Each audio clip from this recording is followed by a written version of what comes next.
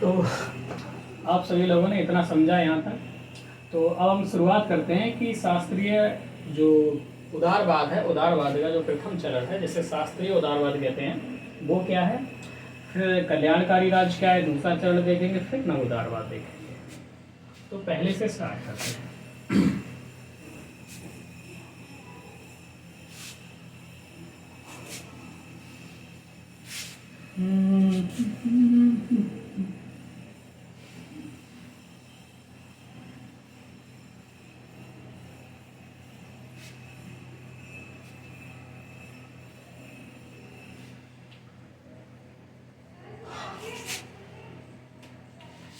शास्त्रीय उदारवाद देखते हैं, ठीक है। पहला चरण है, प्रथम चरण, फर्स्ट फेज कह दो, इसी को शास्त्रीय उदारवाद, शास्त्रीय उदारवाद, ठीक है। देखो शास्त्रीय उदारवाद है, इसके जो प्रतिपादक हैं वो आपका जॉन लॉक को माना जाता है, जॉन लॉक,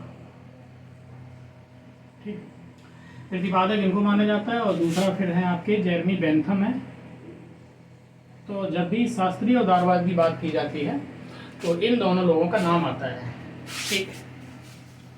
हाँ, वीडियो चल रहा है, इन दोनों का नाम आता है। अब इनके एक एक करके सारी चीज़ों पर बात कर लेते हैं। इनकी दार्शनिक मान्यता क्या होती है, इनकी दार्शनिक मान्यता क्या होती है। दार्शनिक मान्यता, दार्शनिक मान्यता होती है कि व्यक्ति क्या है, व्यक्ति विवेकशील है, व्यक्ति विवेकशील है।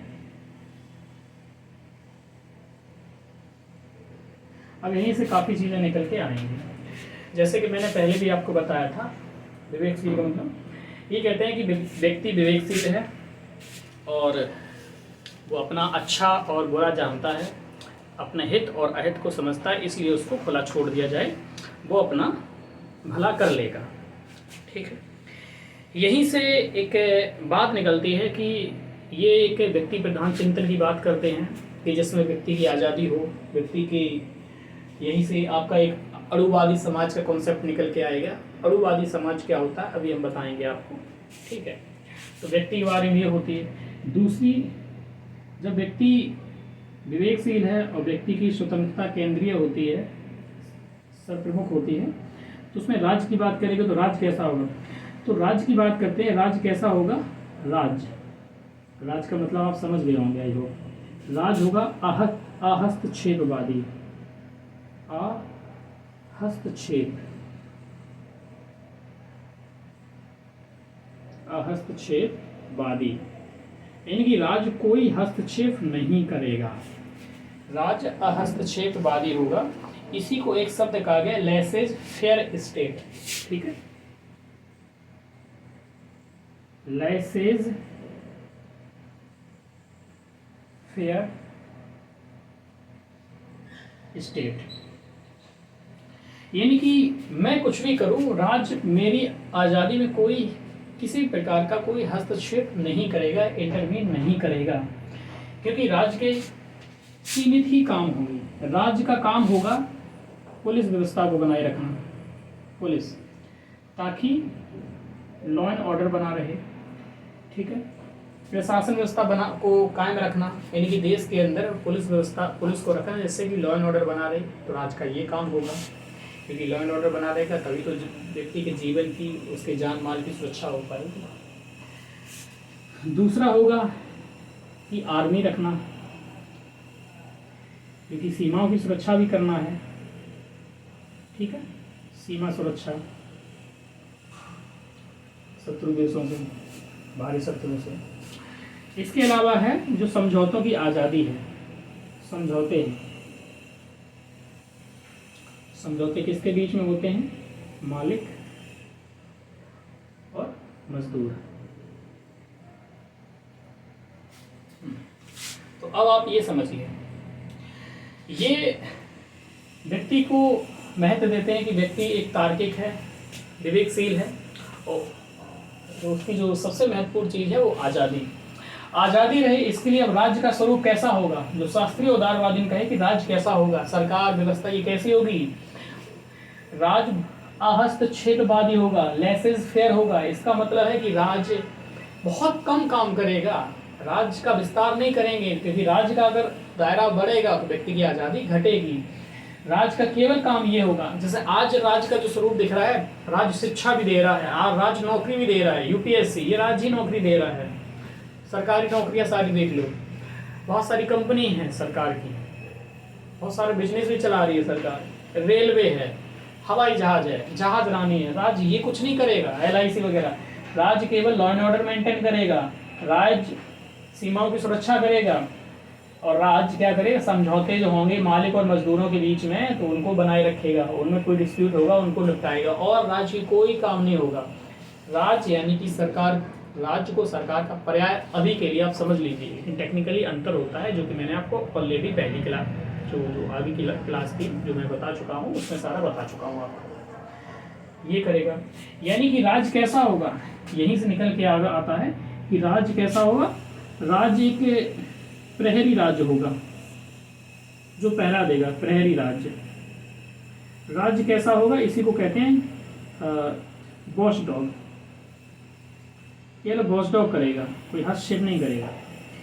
राज्य कैसा होगा, सीमित राज्य होगा, सीमित होगा, सीमित राज्य। अब आपको राज्य का मतलब समझ आ रहा होगा कि सीमित राज्य से कई बार यूपीएससी ने प्रीलिम्स क्वेश्चन पूछा है कि संवैधानिक राज्य का मतलब क्या होता है, सीमित राज्य क्या होता है, ये सारी चीज़ें आपसे पूछी हैं। तो ये इन्होंने कहा, और राज्य के जो नेचर होता है तो ये क्या कहते हैं, राज्य कैसा होगा, राज्य का नेचर। पहले चलता था राज्य का, राजा की दैवीय उत्पत्ति का सिद्धांत। पहले ये कहा जाता था कि जो राजा होता है पृथ्वी पे ईश्वर का ही अंश होता है, राजा में ईश्वर का अंश होता है, पृथ्वी पर राजा ईश्वर का प्रतिनिधि होता है, इसलिए जनता को उसकी बात माननी चाहिए, माननी पड़ेगी। इस तानाशाही का जन्म होता था, राजा चाहे कुछ भी कर रहे, लेकिन राजा चूंकि ईश्वर का अंश है तो हम उसका विरोध भी नहीं कर सकते, उसके खिलाफ क्रांति नहीं कर सकते हैं, यही तो चलता था। और राजा निरंकुश होकर शासन करता था, आज़ादी का दमन करता था। ये मान्यता the divine theory of kingship, the divine theory of kingship, राजा का दैवीय उत्पत्ति का सिद्धांत कि राजा की उत्पत्ति दैवीय कोई घटना है। ये न सिर्फ भारत में प्रचलित थी बल्कि प्राचीन काल में, मध्यकाल में हर जगह थी, चाहे पश्चिमी दर्शन हो, पाश्चात्य जगह तो यूरोप हो, अमेरिका हो, ठीक है। अमेरिका में तो उस समय कोई सभ्यता थी नहीं, रेड इंडियन रहते थे, चाहे भारत की हो। तो इन्होंने कहा कि राज्य क्या है, राज्य एक यंत्र है, राज्य एक यंत्र है, एक मशीन है। ये बना कैसे, ठीक है, सामाजिक समझौता किया गया, सोशल कॉन्ट्रैक्ट किया गया। इसका मतलब क्या है, अब देखो, पहले एक ये मान लो, एक ये जगह है और ये व्यक्ति हैं, घूम रहे हैं ऐसे, ठीक है। यहाँ राज्य नहीं है, राज्य नहीं है तो सरकार नहीं होगी, तो न्याय व्यवस्था नहीं होगी, पुलिस नहीं होगी, आर्मी नहीं होगी, कुछ नहीं होगा। इसी को भारतीय दर्शन में कहा गया है, चाहे चाणक्य का अर्थशास्त्र देख लो, चाहे आप मानव धर्मशास्त्र, मनु का जो मनुस्मृति है मानव धर्मशास्त्र, उसमें देख लो, इसे मत्स्य न्याय की स्थिति कही गई है। मत्स्य न्याय की स्थिति वो होती है जब कोई राज्य नहीं होता है, जहाँ पे शक्तिशाली का हित ही न्याय होता है। जैसे थ्रेसीमेकस कहता था कि शक्तिशाली का हित ही न्याय है, वो चलता है। मत्स्य न्याय का मतलब होता है कि समुद्र में जिस प्रकार का न्याय व्यवस्था है, न्याय कुछ होता ही नहीं वहाँ पे। जैसे कि एक बड़ी मछली अपने से छोटी मछली को निगल जाती है, खा लेती है, वैसे ही हर एक मजबूत इंसान अपने से कमज़ोर इंसान को खा लेता, मार देता, उसकी प्रॉपर्टी पे कब्जा कर लेता। यही चलता अगर राज्य ना होता, राज्य नहीं यानी सरकार नहीं, यानी न्याय व्यवस्था, पुलिस, आर्मी कुछ ना होता, तो इन लोगों के, तो फिर ऐसे में उदारवादियों को लगा यहाँ तो जीवन की सुरक्षा नहीं है, यहाँ पे संपत्ति की सुरक्षा नहीं है, यहाँ पे आपकी आज़ादी ही सुरक्षित नहीं है। तब इन्होंने क्या किया, सोशल कॉन्ट्रैक्ट किया, सभी लोग एक साथ आए, उन्होंने एक समझौता किया और सभी लोगों ने समझौते में अपने कुछ अधिकार एक संस्था को दे दिए, एक अथॉरिटी को दे दिए किसी संगठन को दे दिए अथॉरिटी मान लो इन सबसे ऊपर। ध्यान रखना, जब ये एग्रीमेंट हो रहा था तो राज्य नहीं था, लेकिन इस समझौते का प्रतिफल के रूप में राज्य निकल के आया। तो राज्य क्या है? लोगों के बीच में समझौते का प्रतिफल है। समझौता किया तब राज्य बना, तो राज्य एक यंत्र है। और राज्य किस लिए है? ताकि लोगों की आज़ादी बनी रहे, लोगों की आज़ादी की सुरक्षा करने के लिए राज्य है। इसीलिए राज्य को सीमित रखने की बात करते हैं, क्योंकि राज्य का तो उदय ही इसलिए किया ताकि लोगों के जो अधिकार हैं उनकी सुरक्षा हो जाए, जिनकी स्वतंत्रता है लोगों की वो बनी रहे। इसलिए राज्य आपस में समझौता किया गया और ये किया गया। अब आदिम समाज में जाइए कि जनजाति लोग होते थे पहले आदिम समाज में, कहाँ न्याय व्यवस्था थी? ना राज्य था, ना पुलिस थी, कुछ नहीं था। तो ये सारी चीज़ें हैं, तो इसलिए उन्होंने प्रहरी राज्य की बात की, सीमित राज्य की बात की, क्योंकि राज्य का दायरा बढ़ेगा तो आज़ादी सीमित हो जाएगी। यानी कि स्टेट और लिबर्टी, ये दोनों के संबंध ऐसे उल्टे होते हैं। राज्य कमजोर होगा तो आज़ादी बढ़ेगी, राज्य अगर मजबूत होगा तो आज़ादी कम होगी। ये संबंध होता है, ये आपने समझा, ठीक है। तो आई होप राज्य का कॉन्सेप्ट आपने उदारवादियों का समझ लिया कि राज्य का मतलब क्या। हर चीज एक दूसरे से जुड़ी होती है, तो उसको उसी हिसाब से आप लोग समझने का प्रयास करना। फिर वैसे ही गलत करने लगा, इसलिए वो वीडियो भी बंद किया था ताकि करे ना दोबारा फिर करना। देखते हैं कुछ उसमें हो सकता है।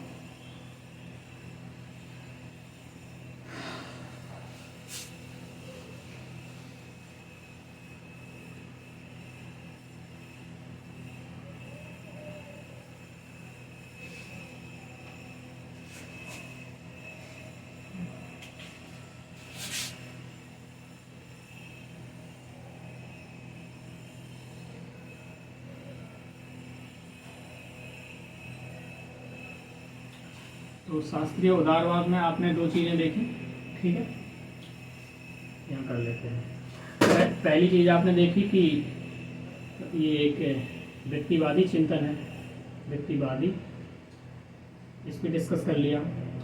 इसमें जो राज्य होगा वो कैसा होगा? हस्तक्षेपवादी,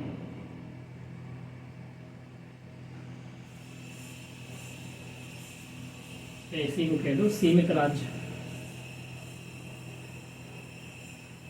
सीमित राज्य, ठीक है। तो इस पर भी देख लिया इसका मतलब क्या है, इसका मतलब क्या है। अगला देखते हैं। देखिए, ये और बात की जाती है कि राज्य आप आज़ाद हैं, राज्य आपकी आज़ादी में किसी प्रकार का कोई हस्तक्षेप नहीं करेगा, लेकिन राज्य तब तक हस्तक्षेप नहीं करेगा जब तक आप अपनी आज़ादी का प्रयोग कर रहे हैं उससे दूसरे लोगों की आज़ादी सीमित ना हो। अगर एक बार दूसरे लोगों की आपकी आज़ादी की वजह से उनकी आज़ादी सीमित होने लगी तो राज्य फिर हस्तक्षेप करेगा। जैसे कि आप रात में कमरे में अपना डांस कर रहे हो, दूसरे लोग प्रभावित नहीं हो रहे हैं, कोई बात नहीं, वो सो रहे हैं आराम से, राज्य कुछ नहीं बोलेगा। लेकिन आप रात में डीजे बजा रहे हो 2 बजे और लोग सो नहीं पा रहे हैं, सोने का अधिकार उनका अपना एक मौलिक अधिकार है, तो फिर राज्य वहाँ पे बोल पड़ेगा, राज्य आ जाएगा और आपकी आज़ादी जो रात में जो ये कर रहे थे उसको ख़त्म कर देगा, सीमित कर देगा, आपको दंड मिलेगा, ठीक है।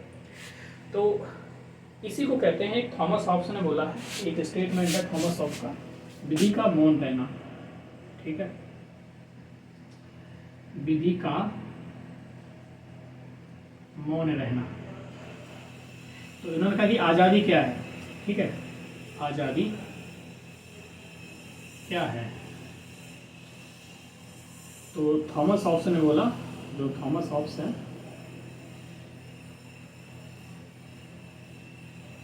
थॉमस हॉब्स,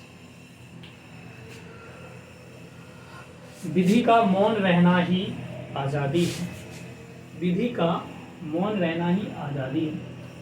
थॉमस हॉब्स का एक प्रसिद्ध कथन है। इसका मतलब क्या, थोड़ा समझते हैं कि आप अपनी आज़ादी का प्रयोग कर रहे हैं जिससे कि दूसरे की आज़ादी बाधित नहीं हो रही है, तो विधि मौन है, विधि कुछ नहीं कहेगी, आप अपनी आज़ादी का फुल एंजॉय करिए, विधि मौन है, इसका मतलब विधि का मौन होना ही आज़ादी है। और जैसे ही आपकी आज़ादी की वजह से दूसरे लोगों की आज़ादी प्रभावित होती है, उनकी आज़ादी सीमित होती है, उनकी आज़ादी में हस्तक्षेप होता है, तो फिर विधि बोल पड़ेगी। जैसे ही विधि ने बोल दिया आपकी आज़ादी खत्म हो जाएगी। विधि बोल पड़ेगी कि मतलब क्या है, समझ गए ना? विधि मौन रहेगी, यानी कि विधि आपसे कुछ नहीं कहेगी, कानून कुछ नहीं कहेगा। जैसे ही आपने दूसरे की आज़ादी छीनी, कानून आ जाएगा, ठीक है, और विधि बोल पड़ेगी, ठीक है। इसी को बात करते हैं। तो यहाँ पे ये बात और याद रख लेना आज़ादी के मतलब में। अगला ये बात करता है अणुवादी समाज। अणुवादी समाज, पूंजीवाद अणुवादी समाज की बात करता है। क्योंकि पूंजीवादी क्या है, एक पूंजीवादी बोल दो, जो उदारवाद है उसका आर्थिक रूप पूंजीवाद है, और पूंजीवाद का राजनीतिक रूप उदारवाद है। एक ही बात है, किसी भी रूप में समझिए। एक बार कॉन्सेप्ट आपको समझ में आएगा, शब्दों को समझ लेंगे, कॉन्सेप्ट समझ लेंगे, फिर कैसे भी क्वेश्चन आ जाएगा, कोई भी शब्दों को खेल किया जाता है, लिखना वही है, कंटेंट यही लिखना है, घुमा फिरा के बस। अणुवादी समाज का मतलब क्या है? देखिए, पहले क्या हुआ करता था, जैसे कि पहले चाहे प्राचीन काल देख लो या मध्यकाल,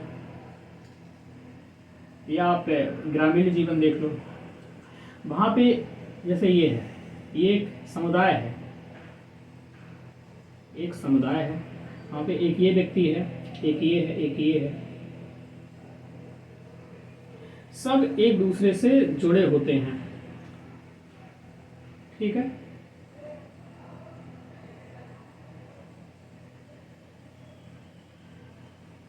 ऐसे जुड़े होते हैं, तो ये समुदायवादी विचार होता है। समुदायवादी यानी कि मान लो कि एक व्यक्ति से आपने कोई खबर पहुंचाई, तो ये खबर कुछ ही समय में हर जगह पहुंच जाएगी। यहाँ पे सभी लोग एक दूसरे से जुड़े हुए होते हैं, सभी लोग जुड़े होते हैं, तो ये समुदायवादी विचार है।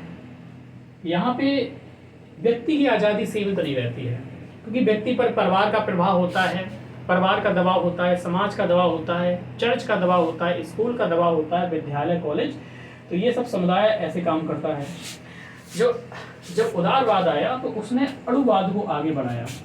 जैसे कि ये है, एक ये है, एक ये है, एक ये है, ये सब व्यक्ति है, ठीक। यहाँ पर कोई एक दूसरे से जुड़ा हुआ नहीं है, सब अणु की तरह अलग अलग घूम रहे हैं, किसी का एक दूसरे से कोई इंटरलिंक नहीं है, सभी अलग अलग घूम रहे हैं। जैसे कि आपने देखा होगा, अब ये समझिए, इस बात को समझने में ज़्यादा ठीक है, समझ जाएंगे तो क्लियरिटी हो जाएगी। अणुवादी समाज में क्या होता है, यहाँ कहते हैं कि व्यक्ति प्राथमिक है, फिर समाज है, व्यक्तियों से मिलकर समाज बनता है। बहुत सारे व्यक्ति हैं, उनसे मिलकर समाज बनता है, तो व्यक्ति प्राइमरी है, प्राथमिक है, समाज द्वितीयक है। यहाँ क्या होता है, यहाँ कहता है कि व्यक्ति समाज का भाग है, व्यक्ति समाज में अवस्थित है, समाज में स्थित है, समाज से व्यक्ति है, व्यक्ति से समाज नहीं। यहाँ होता है कि व्यक्ति मेन है, व्यक्ति से ही समाज बना हुआ है। अब आपने जब से ही उदारवाद आया है, फिर औद्योगिकरण हुआ है, शहरीकरण हुआ है, उसके बाद में शहरीकरण जब हुआ है, शहर विकसित हुए, तो आप देख रहे शहरी जीवन कैसा है, न्यूक्लियर फैमिली का है। न्यूक्लियर फैमिली की हम दो हमारे दो वाला जो परिवार होता है, परिवार का मतलब कि कम से कम 3 पीढ़ियां हों। जैसे हम हैं, हमारी वाइफ है, हमारे फिर उधर माता पिता हैं, फिर हमारे बच्चे हैं, तो फैमिली बनने के लिए कम से कम इतने लोग होते हैं। लेकिन न्यूक्लियर फैमिली का कॉन्सेप्ट होता है कि 3 चीज़ें नहीं हैं, हम होंगे, हमारे बच्चे होंगे, या फिर कुछ समय तक बच्चे नहीं होंगे, कुछ समय बाद बच्चे हो जाएंगे, ऐसे समझिए। तो ये न्यूक्लियर फैमिली होती है। इसी को अणुवादी कहते हैं कि शहर में एक व्यक्ति से कुछ हुआ है, दूसरे व्यक्ति तक जानकारी नहीं जाती है, इसको इसके बारे में नहीं पता है, ये इसके पड़ोस में रह रहा है, लेकिन इसको हो सकता है 4-5 साल रह लिया हो, इसको इसका नाम न पता हो, है ना। और गांव में ये व्यक्ति है, इस व्यक्ति को इस व्यक्ति के रिश्तेदारों के भी नाम पता होते हैं, इस व्यक्ति ने क्या क्या किया है इसे सब पता होता है, जबकि बहुत दूर रह रहा है। तो ये समाज होता है, यहाँ समुदाय प्रधान होता है, ठीक है, व्यक्ति समुदाय का भाग होता है, समुदाय प्राथमिक होता है। यहाँ पर ये अणुवादी समाज है, हर एक व्यक्ति अणु की तरह घूम रहा है, जैसे अणु होते हैं, परमाणु घूमते रहते हैं, एक दूसरे से कोई मतलब नहीं होता ऐसा। तो ये अणुवादी समाज है। अणुवादी समाज जब होता है जब व्यक्तिवादी चिंतन बढ़ता है, व्यक्ति तार्किक है, विवेकशील है, वही सारी चीजें। ओके, इसी को अणुवादी कहते हैं, एटोमिस्टिक। ठीक है, एटोमिस्टिक सोसाइटी। तो आई होप अणुवादी समाज समझे। अगर जैसे आपसे ये पूछ लिया जाए कि अणुवादी समाज के विषय में चर्चा कीजिए, तो आपको क्या लिखना है? आपको ये लिख देना है, व्यक्तिवाद के बारे में लिख देना, हस्तक्षेपवादी लिख देना है, अधिकार, स्वतंत्रता, सीमित राज, वॉचडॉग, है ना, वही सब लिखना है। बस शब्द बदल गया, पर इसको समझ लीजिए क्या मतलब है।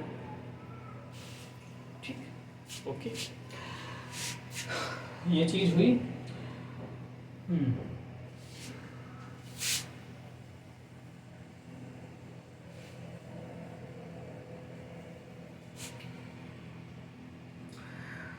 अगला जो इसके बारे में समझना है वो है अर्थव्यवस्था का स्वरूप क्या होगा इनका। अर्थव्यवस्था का स्वरूप, तो अर्थव्यवस्था इनकी होगी पूंजीवादी, कैपिटलिस्ट इकोनॉमी होगी इनकी। ठीक है, पूंजीवादी, इसी को बोल दो बाजारवादी।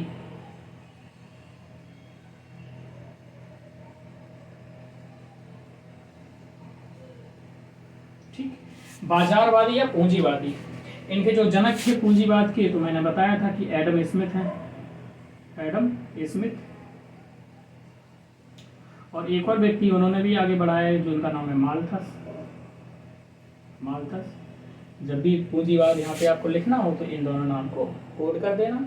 इनकी एक प्रसिद्ध पुस्तक भी है, the wealth of nation, the wealth of nation, राष्ट्र की संपत्ति करके। आपको ये इंग्लिश में ही लिख देना, द वेल्थ ऑफ नेशन पुस्तक। तो इन्होंने मुक्त अर्थव्यवस्था की बात की। इन्होंने कहा कि अर्थव्यवस्था ऐसी होगी जो बाजार की शक्तियां उसको संचालित करेंगी। राज्य कैसा होगा? राज्य हस्तक्षेपवादी होगा। राज्य अर्थव्यवस्था में कोई हस्तक्षेप नहीं करेगा। वर्तमान में क्या हो रहा है? अर्थव्यवस्था के बहुत सारे क्षेत्र में राज्य का हस्तक्षेप है।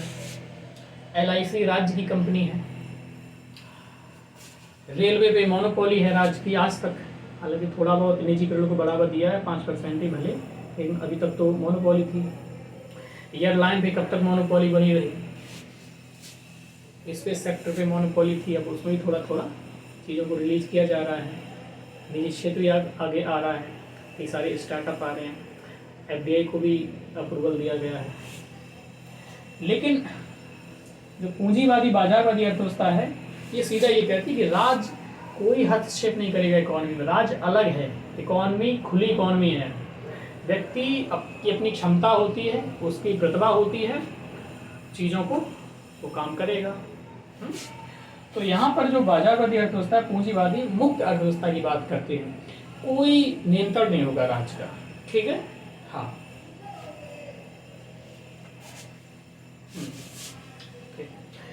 देखो ये चीज़ें तो मैंने आपको बताई दी थी कि जैसे कि व्यक्ति की शक्ति, अगर जैसे कि राज्य है, राज्य की शक्ति बढ़ेगी तो व्यक्ति की शक्ति कम होगी, यानी कि व्यक्ति का जो अधिकार है या फिर उसकी आज़ादी है संकुचित हो जाएगी।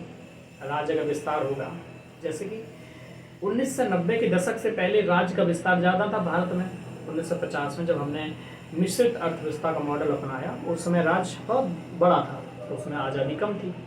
धीमे धीमे अब राज्य कम हो रहा है, सीमित हो रहा है, और 1990 के बाद से तो LPG अपना लिया गया है, निजीकरण, ठीक है, उदारीकरण और वैश्वीकरण, लिबरलाइजेशन, प्राइवेटाइजेशन एंड ग्लोबलाइजेशन, ये जब से अपनाया गया है तब से राज्य क्या हो रहा, अपनी जो भूमिका है वो कम कर रहा है, सीमित कर रहा है। राज्य सीमित हो रहा है तो व्यक्ति की आज़ादी भी बढ़ रही है। व्यक्ति को अब आने वाले समय में रेलवे है, जहाँ पे राज्य की मोनोपोली होती थी, अब लोग रेलवे में भी अपना व्यवसाय को तलाश सकते हैं। रेलवे के क्षेत्र में अपना स्टार्टअप शुरू करेंगे, रेल चलाएंगे, पटरियाँ बिछाएंगे, निजी क्षेत्र और आगे बढ़ेगा। ये बात होती है यहाँ पे। तो इससे वो जो आज़ादी का मतलब केवल आज़ादी राजनीतिक नहीं, आज़ादी का मतलब चुनाव की आज़ादी। कुछ भी चुनाव हो, जिसमें व्यवसाय के चुनाव की बात हो सकती है, आपके लाइफ पार्टनर के चुनाव की बात हो सकती है ना, ये सारी चीज़ें होती हैं।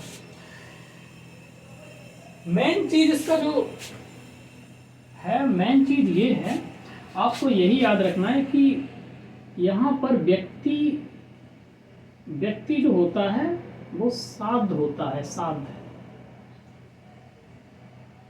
व्यक्ति साध है स्वयं में, व्यक्ति स्वयं में साध है। ये जो इमैनुअल कांट का एक कथन है, इमैनुअल कांट, कि व्यक्ति स्वयं में साध है, व्यक्ति स्वयं में साध है। ठीक है, व्यक्ति स्वयं में साध है, ये इमैनुअल कांट ने कहा था। साध और साधन का मतलब समझिए। साध का मतलब होता है लक्ष्य, साधन का मतलब उस लक्ष्य को प्राप्त करने के तरीके। साधन कौन कौन अपना रहे हैं? जैसे यूपीएससी है, हमारा साध है। साधन क्या है? कोचिंग हो गई, रिसोर्सेस हो गई, प्रैक्टिस हो गई, ठीक है, रूम हो गया, खाना पीना हो गया, खर्चा हो गया, ये सब साध है, लेकिन साधन ये है।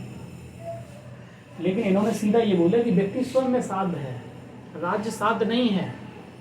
व्यक्ति यानी कि मेरे, अब यूपीएससी हमसे, हमारे और यूपीएससी में कौन ऊंचा है, कौन मैन है? हम है कि यूपीएससी? हम हैं।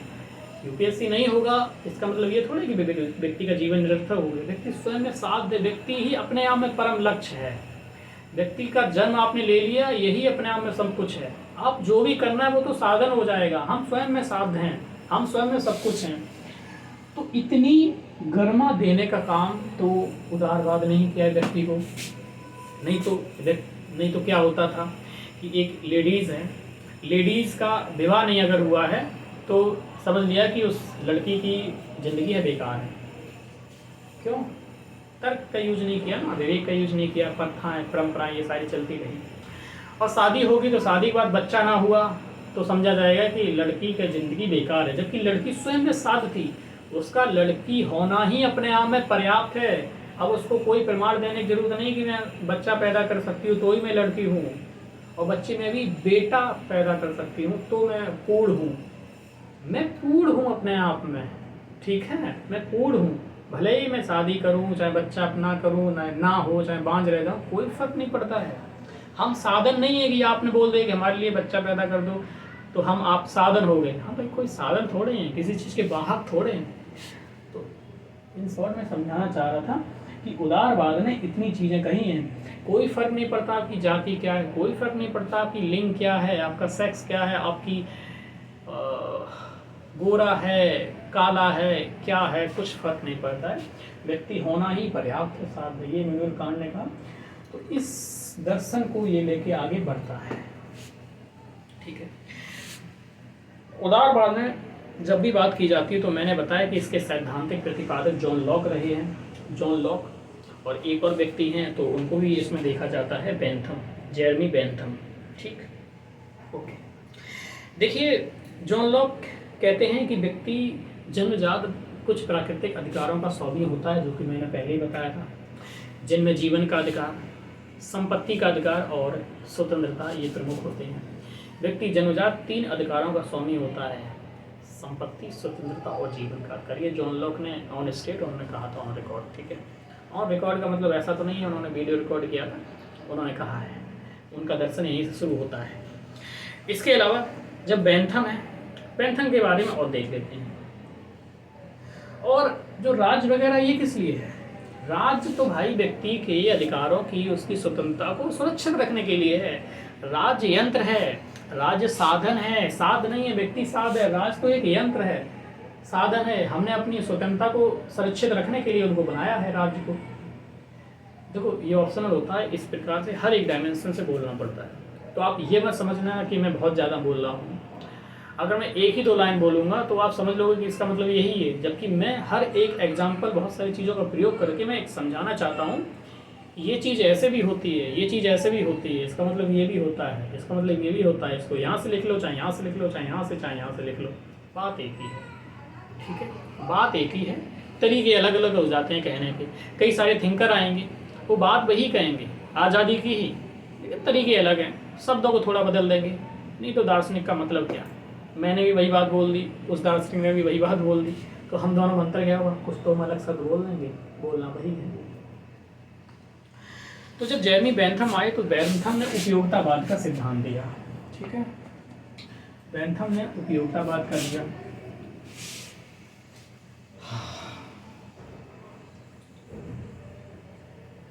फैन चलाओ तो आवाज़ आती है, बंद कर लो, बड़ा गर्मी लगती है। पानी पी लेता हूँ। एक सेकेंड। फिर वैसे ही होके रह गया, बड़ा परेशानी है।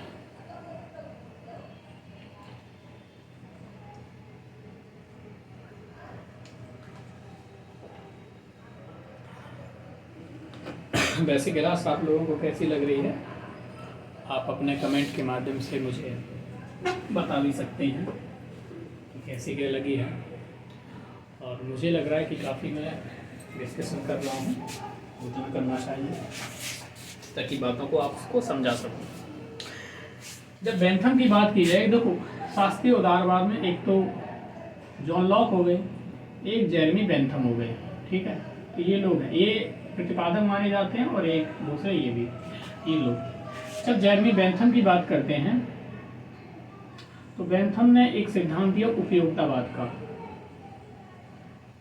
उपयोगितावाद,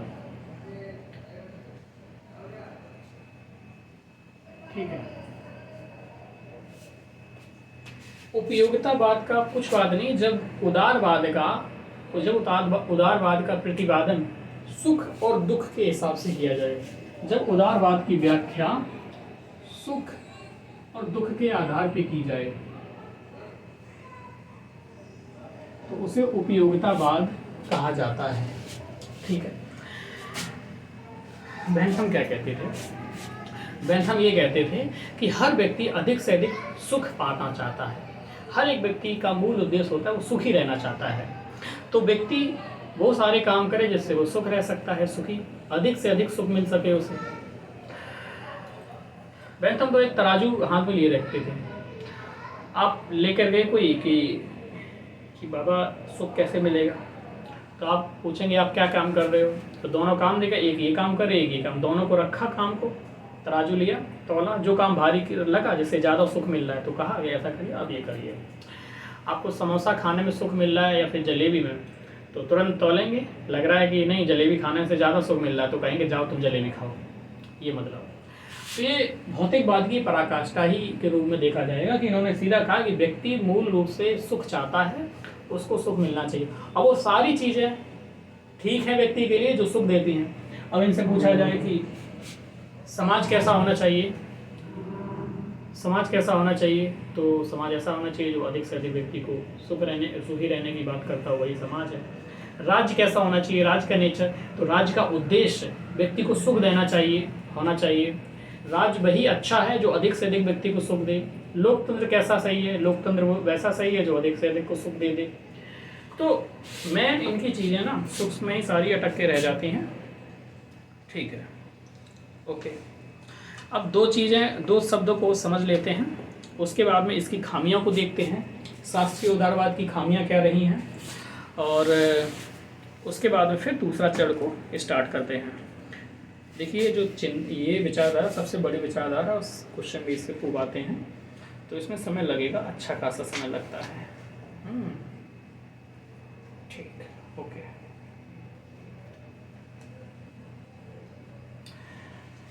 जब भी नकारात्मक उदारवाद की बात करेंगे शास्त्र में, तो राज्य को एक आवश्यक बुराई मानते हैं।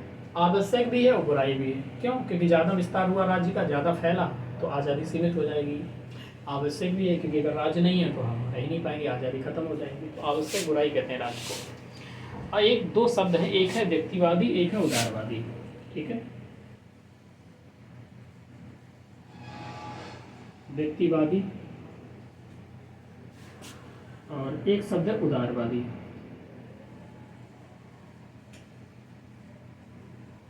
हाँ, इनमें अलग चीजें क्या हैं, फिर समानता क्या है वो देख लेते हैं। देखो उदारवादी जो भी होते हैं वो व्यक्तिवादी भी होते हैं। उदारवादी व्यक्तिवादी होता है, उदारवादी तो है ही, ठीक है। कोई भी उदारवादी होगा वो व्यक्तिवादी तो होगा ही, क्योंकि उदारवादी मेनली तो व्यक्ति की भी बात कर रहे हैं, ये व्यक्ति प्रधान चिंतन है, व्यक्ति की आज़ादी की बात कर रहे हैं। लेकिन जो व्यक्तिवादी होते हैं ये व्यक्तिवादी तो हैं आपके, यानी व्यक्ति की आज़ादी की बात कर रहे हैं, लेकिन ये उदारवादी नहीं होते हैं। व्यक्तिवादी उदारवादी नहीं होते हैं। क्योंकि कुछ व्यक्तिवादी ऐसे होते हैं जो अराजकवादी हो जाते हैं। ये कुछ इनमें से अराजकवादी तक हो गए हैं आज़ादी के लिए। जैसे कि एक नाम आता है स्पेंसर का, स्पेंसर। और कुछ हैं जो इतने व्यक्तिवादी हो गए कि इन्होंने तानाशाही का समर्थन कर दिया, तानाशाही का समर्थन कर दिया। जैसे कि आपके थॉमस हॉब्स हो गए, ठीक है। लेकिन दोनों स्थिति में ये व्यक्तिवादी इतने ज़्यादा व्यक्तिवादी हो जाते हैं कि इतनी व्यक्ति की आज़ादी की बात करते हैं कि अराजकवादी हो जाते हैं। ये कहते हैं कि व्यक्ति की आज़ादी इतनी महत्वपूर्ण है कि राज्य को ही खत्म कर दो, कानून को खत्म कर दो, पुलिस को खत्म कर दो, आर्मी खत्म कर दो, न्यायपालिका सब हटा दो, व्यक्ति को आज़ाद रहने दो। लेकिन इनसे पूछा जाए भैया ऐसे व्यक्ति आज़ाद कैसे रह पाएगा? कोई भी आके कल कब्जा कर लेगा, समझ रहे हैं ना, कोई भी, तो आपकी आज़ादी खत्म हो जाएगी। तो व्यक्तिवादी जो अराजकवादी होगा वो उदारवादी हो ही नहीं सकता। कि उदारवादी, ठीक है, उदारवादी यहाँ पे कानून को मानते हैं, विधि का शासन या संविधान का शासन को मानते हैं, ठीक है, लेकिन सीमित शासन की बात करते हैं, संवैधानिक शासन की बात करते हैं कि राज्य सीमित हो, मिनिमम हो राज्य। और ये थॉमस हॉब्स हैं, वो तो इस लेवल तक चले गए कि उन्होंने तानाशाही राज का समर्थन कर दिया। ये व्यक्तिवादी थे कि व्यक्ति की आज़ादी है, व्यक्ति विवेकशील है, तार्किक है, और तानाशाही राज का समर्थन कर दिया। इसीलिए इनको फिर उदारवादी नहीं माना जा सकता है। थॉमस हॉब्स आपके व्यक्तिवादी तो हैं, मैं आपको इसमें भी लिखा है, पढ़ के सुना देता हूँ कि उदारवाद का दार्शनिक आधार हॉब्स के विचारों में भी विद्यमान है। हॉब्स के अनुसार प्रत्येक व्यक्ति विवेकशील और तार्किक है, वह अपने हितों की पूर्ति के लिए प्रयत्नशील होता है, परंतु हॉब्स को उदारवादी नहीं माना जाता है क्योंकि हॉब्स ने पूर्ण सत्तावादी राज का समर्थन कर दिया है। पूर्ण सत्तावादी यानी तानाशाही का समर्थन कर दिया। इसीलिए उदारवादी विचारधारा में का जो जनक है वो जॉन लॉक को माना जाता है, क्योंकि इन्होंने पूर्ण सत्तावादी राज का खंडन किया है। इन्होंने सीमित राज की बात की है, संवैधानिक राज की बात की है। सारी चीज़ें घूमती रहती हैं, यही होता है ऑप्शनल, समझना होता है। और ऑप्शनल एक बार समझ के आप भूलोगे भी नहीं, क्योंकि सारी चीज़ें जब घूमती हैं सब जुड़ जाती हैं आपके दिमाग में। तो उदारवादी आवश्यक रूप से व्यक्तिवादी होता है, लेकिन व्यक्तिवादी उदारवादी नहीं होता है। यानी जो उदारवादी होता है वो व्यक्तिवादी भी होता है, लेकिन व्यक्तिवादी उदारवादी नहीं हो सकता है, ठीक है। हर उदारवादी व्यक्तिवादी होता है, परंतु हर व्यक्तिवादी उदारवादी नहीं होता है। अब इन दोनों में समानताएं क्या हैं? तो इन दोनों की समानताएं छोटे से पैराग्राफ में देख लेते हैं। समानताएं क्या हैं?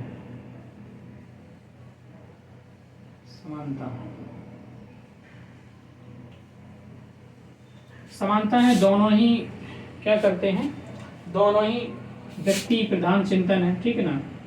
दोनों ही व्यक्ति प्रधान चिंतन है, दोनों ही व्यक्ति की स्वतंत्रता की बात करते हैं, दोनों ही व्यक्ति को तार्किक मानते हैं, ये व्यक्ति तार्किक होता है, ठीक है।